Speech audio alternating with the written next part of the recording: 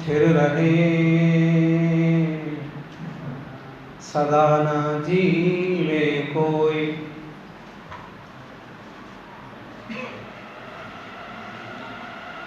दो पंक्तियों में जीवन की बहुत गंभीर बात कही है, बहुत गहरा उपदेश छुपा हुआ है। सदा न फूले केतकी। केतकी एक फूल होता है, सुंदर फूल होता है, खुशबूदार वृक्ष होता है। सदा न यौवन होए, और यौवन भी सदा नहीं रहता। सदा न फूले केतकी, रोज रोज केतकी पर फूल नहीं आते हैं। और सदा न यौवन होए, यौवन भी सदा नहीं टिका रहता है। कोई व्यक्ति सोचे कि मैं 20-22 साल का ही बना रहूं हमेशा, तो तीर्थंकरों महापुरुषों के अलावा और किसी को वो दशा मिलती नहीं।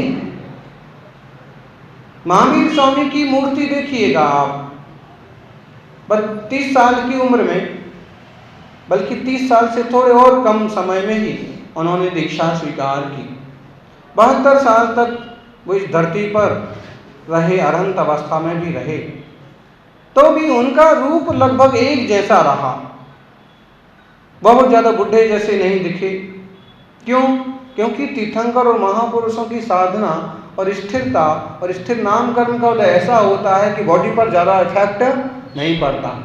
और देखो श्री राम का शरीर भी देखो, तो देह प्राय करके आपको ऐसे एकदम व्यवस्थित उत्तम संगठन, लेकिन ये सबके लिए संभव नहीं है। क्योंकि योग, आसन, व्यायाम, प्राणायाम ये सब कर करके और खूब कोशिश कर करके कुछ कलाकार लोग अपनी बॉडी को व्यवस्थित बना के रखने की कोशिश करते हैं। फिर भी कितना भी करो, 80 के बाद लस्सी और 90 के बाद डब्बा हो ही जाता है। 70 के बाद बिस्तर हो ही जाता है। कुछ भी करो, क्योंकि शरीर स्थिर नहीं है। सदा न फूले केतकी, सदा न सावन होए। सावन भी सदा नहीं होता है। सावन का महीना अभी आएगा, हैं? 30 दिन चलेगा। 12 के 12 महीने सावन होते हैं क्या? नहीं होते हैं। किसी का नाम सावन रख दो तो भले वो 12 महीने 50 साल 70 साल 100 साल रहा है, लेकिन मौसम तो 1 महीने से ज़्यादा सावन का नहीं रहता है। 1 महीना ही रहता ऐसा। सदा न फूले केतकी, सदा न सावन होए, और सदा न यौवन स्थिर रहे। युवावस्था सदैव स्थिर नहीं रहती। सदा न जीवे कोई, हमेशा हमेशा कोई जीता नहीं जीता। आए हैं तो जाएंगे, जाना पड़ेगा।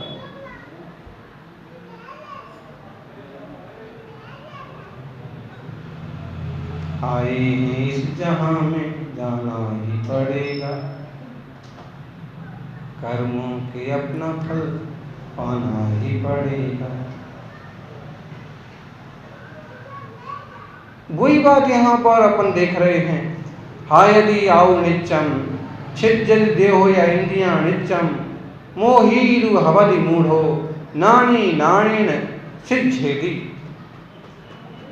हायदि आयु नित्यम, हायदि हापति घट रही है, आयु नित्य ही घट रही है। अंजुरी ज्यों अंजुरी पानी, अंजुली में जैसे पानी है और एक एक बूंद गिरता जाता है, वैसे आयु भी एक एक सोने का सिक्का चला जा रहा है। ऐसे समझो, आपके पास ढेर सारे सोने के सिक्के हैं और हर 1 घंटे में एक खर्च करना है, एक फेंकना है या दान करना है, तो एक एक एक एक एक एक देते देते क्या होगा? सब खत्म हो जाएंगे। वैसे ही आयु भी सोने के सिक्के से ज़्यादा कीमती, महत्वपूर्ण है। जानो, रो करके गुस्से में इस तरह से समय बर्बाद करना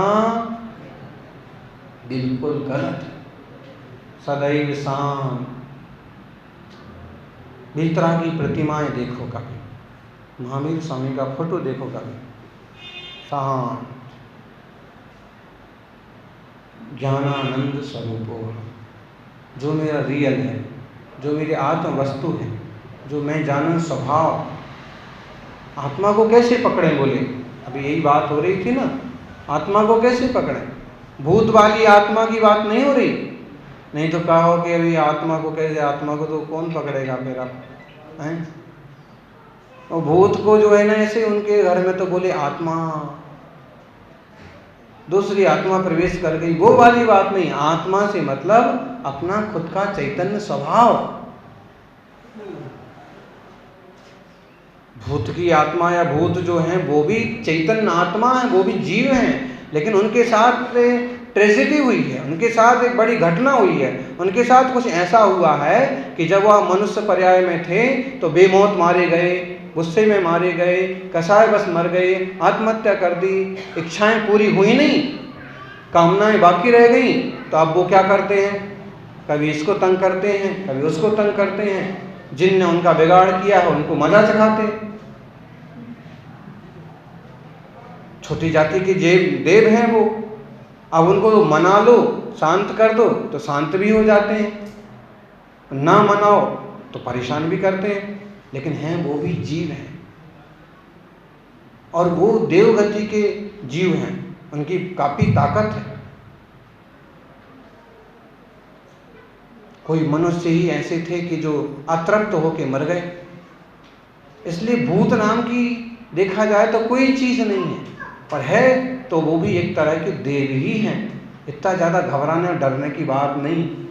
भूतों की किस किस को डर लगता है? किसी को नहीं लगता? आपको लगता है? क्यों है? आपके पास क्या है? ना आगे कोई ना पीछे कोई। अब इसमें डरने की क्या बात है? डरने की बात नहीं है, अपितु ये समझने की बात है कि वे भी कोई जीव हैं, और अगर हमने उनका कुछ बिगाड़ किया होगा तो वो हमें कहीं भी छोड़ने वाले नहीं हैं। दुख देंगे, परेशान करेंगे, पीटेंगे। और अगर हमने उनका कुछ नहीं किया है गलत, तो हमारे साथ भी कुछ गलत नहीं होगा। अरे मुनि तो, साधु तो लघु शंका भी जाते हैं ना, तो जगह पर यूं पीछे से झाड़ देते हैं कि जीव ना हो, और साथ में बोल देते हैं निस्सही निस्सही, मंत्र जैसे कि अगर यहाँ कोई हो, कोई देवता रहता हो, किसी का यहाँ कभी संस्कार हुआ हो, अंतिम संस्कार की जगह हो, तो वो मुझे स्थान देवे। दीर्घ शंका जाते हैं, कभी जंगल में सोने का मौका पड़ता है तो अपनी मर्यादा बना लेते हैं, किसी देवता का स्थान हो तो मुझे स्थान दे देवे। साधु को कुछ नहीं होता है। और गृहस्थी कहीं भी लघु शंका कर दे, कहीं भी थूक दिए, कहीं भी कुछ भी कर दिए, कहीं भी मतलब बैठ गए और वहाँ वो किसी का स्थान रहा, तो फिर मजाक ही चखाते हैं कि पूछा नहीं और कुछ भी करके आ गया। बिना पूछे तो तुम रावले में भी चले जाओ ना, तो अभी चौकीदार एक दो डंडे तो लगा ही देगा, फिर वो तो देवता है। किसी के घर में चले जाओ तो सामने वाला डांट फटकार तो देगा, क्यों आए बिना पूछे। तो ये समझो कि डरने जैसी चीज दुनिया में कुछ नहीं है। वो कोई जीव हैं जो अपने अपने भोग रहे हैं, और जब तक उनको उस आयु में रहने का योग है तब तक वो रहेंगे। और 10,000 साल आयु, हम बहुत छोटे थे तो एक अवसर ऐसा पड़ा कि चूँकि अब इन कथाओं को तो क्या सुनाना, फिर भी एक बुजुर्ग दादाजी से बातचीत हुई, तो हमारे मन में एक जिज्ञासा थी। हमने पूछा कि लोग जो आत्महत्या कर लेते हैं, एक्सीडेंट में मर जाते हैं, इनका क्या होता। तब हम इतना ज़्यादा छोटे ही थे, जानते नहीं थे, इसलिए हमने पूछा। तो उनने कहा, अब उनने क्या कहा, ये तो शास्त्र की बात हो रही है, हम भी जानते, सब जानते हैं, आप भी। उनने कहा कि जो आत्महत्या कर लेते हैं या गुस्से गुस्से में मर जाते हैं, एक्सीडेंट में मर जाते हैं, प्रायः करके भूत व्यंतर जाति के देव बनते। और उनकी आयु, देव परिकाय की आयु कम से कम कितनी होती है? कम से कम 10,000 वर्ष, 1-2 वर्ष नहीं, 10,000 वर्ष उतने समय तक वे अपना, और जरूरी नहीं है कि उनका काम केवल परेशान करना, उनका काम है कौतूहल करना। अतृप्त रह गए हैं तो तृप्त होने की कोशिश करना, मांगना, तंग करके भी लेना, और नहीं तो कौतूहल करना, खेल दिखाना, मजा दिखाना, मजा चखाना। ऐसे होते ना गांव में भी 2-4 छोकरे लड़के ऐसे होते हैं कि कुछ ना कुछ मजा करते रहेंगे, खींचतान करते रहेंगे, वैसे ही वो। तो ये समझो कि जैसे हम मनुष्य हैं ऐसे कोई देव होते हैं, जानवर तो हमें आँखों से भी दिखते हैं, और नरक भी है। 4 गतियाँ हैं, 4 गतियों में हमने ये मनुष्य पर्याय बड़े सौभाग्य से पाई है। बड़े भाग्य से नर तन पाया, जिनवाणी की राह मिली, श्री जिनवर की पूजा करने मानव श्रावक कुल पर आए। ऐसे काम मनुष्य पर्याय मिली तो हम कुछ भी अच्छा काम कर सकते हैं। शुद्ध खान पान, शुद्ध आचार विचार, प्रभु की भक्ति, आत्म तत्व का बोध जो कहीं नहीं होता है वो यहाँ हो सकता है। आई एम नो बॉडी, मैं शरीर नहीं हूँ, फिर मैं क्या हूँ? प्योर सोल, मैं शुद्ध आत्मा हूँ। देह अलग, आत्मा अलग। लोग ये सब जान लो कब तक? हाँ, यदि आयु नित्यम, आयु नित्य जा रही है, एक एक जाते साते समयों में आप इसमें से कुछ सदुपयोग करते जाओ। और छिज्जरी देह या इंद्रियां नित्यम, देह और इंद्रियां हमेशा क्षीण होती जा रही। बोलो माता जी। आपको बचपन से चश्मा लगता है? नहीं लगता। कब से लगता है? 40 साल के बाद। इसका मतलब 40 साल तक इंद्रियां में आंख अच्छी थी, अब बाद में कमजोर होने लगी, दांत गिरने लगे, कान कमजोर होने लगे। बोलो। अब ये देख लो, देह और इंद्रियां ये भी आत्मा नहीं है। बोलो, मैं आत्मा हूं। जैसे इसमें क्या आया? आई एम सोल, मैं आत्मा, मैं। अब हमसे पूछे कान किसका? आप ऐसा बोलोगे मैं कान हूं? हाँ छुल्लक जी आगे आ सकते थोड़ा। बोलो, कान किसका? मेरा। नाक, आंख, माई। आप ये नहीं कहते मैं कान हूं, मैं नाक हूं, ऐसे बोलते हो कभी? नहीं बोलते। मतलब है, और एक बात है, शरीर को भी मैं नहीं बोलते, और थोड़े से लोग हैं नहीं तो शरीर को मेरा शरीर। इसका मतलब हुआ आई मीन्स मी, मी हूँ, हम, मैं आत्मा हूँ, और शरीर मेरा है, कान मेरा है।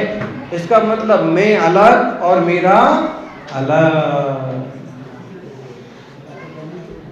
क्या ध्यान में आया इलक जी? आई और माई का डिफरेंस करो, हैं? आई और माई, मैं आत्मा हूं, माई शरीर।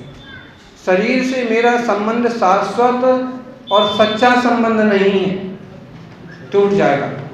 जबकि मेरा आत्मा से मेरा संबंध सच्चा और शाश्वत है। अगर शाश्वत संबंध होता तो जैसे मेरा आत्मा जान रहा है वैसे शरीर भी जानता। शरीर जानता नहीं है, इंद्रियां उपकरण हैं, इनके माध्यम से आत्मा ही जानता है। कौन जानता है? आत्मा ही जानता है। आंख नहीं देखती है। आप कहोगे कैसी बात कर रहे हैं महाराज? बोलो बाबा जी, कौन देखता है? बोलो बोलो बोलो, जल्दी बोलो। आंख नहीं देखती है। कौन देखता है? आत्मा है। 20 साल का छोकरा बाइक टकरा दी, चला गया। अब आंखें तो उसकी वही की वही हैं और खुली भी हैं, फिर भी उसको कुछ दिख रहा है। बल्कि रोने वाले और कहते हैं कि बेटा देखता क्यों नहीं है, बोलता क्यों नहीं है, आवाज क्यों नहीं करता है, मुंह भी है, जीभ भी है। इसका मतलब है कि जिसके द्वारा इसका संचालन हो रहा था वो आत्मा चल गया।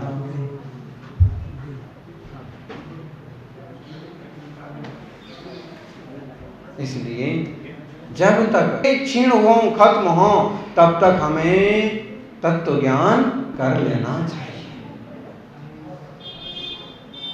मोही हवदि मूढ़ो, मोही तो मूर्ख हो जाता है और शरीर की सेवा में ही पूरा समय बिता देता है, जबकि ज्ञानी ज्ञान से सिद्ध हो जाता है। बराबर? ज्ञानी ज्ञान से सिद्ध हो जाता है, पार हो जाता है। जान लिया मैंने, मैं ज्ञायक चैतन्य आत्मा। और ये कैसा भी हो, देखो शरीर काला हो, कोई खास फर्क नहीं पड़ा, लेकिन अगर ज्ञान अज्ञान रहा, भाव काले हुए, तो बहुत फर्क पड़ता है। इसलिए अपने भाव, अपने विचारों को सही दिशा दो। दुनिया के जो संयोग मिले हैं उनको ढंग से निभाओ। सिर्फ निभाओ। जब जान लिया कि देह आत्मा भी अलग अलग हैं, तो देह बुद्धि कम करो, आत्म बुद्धि करो।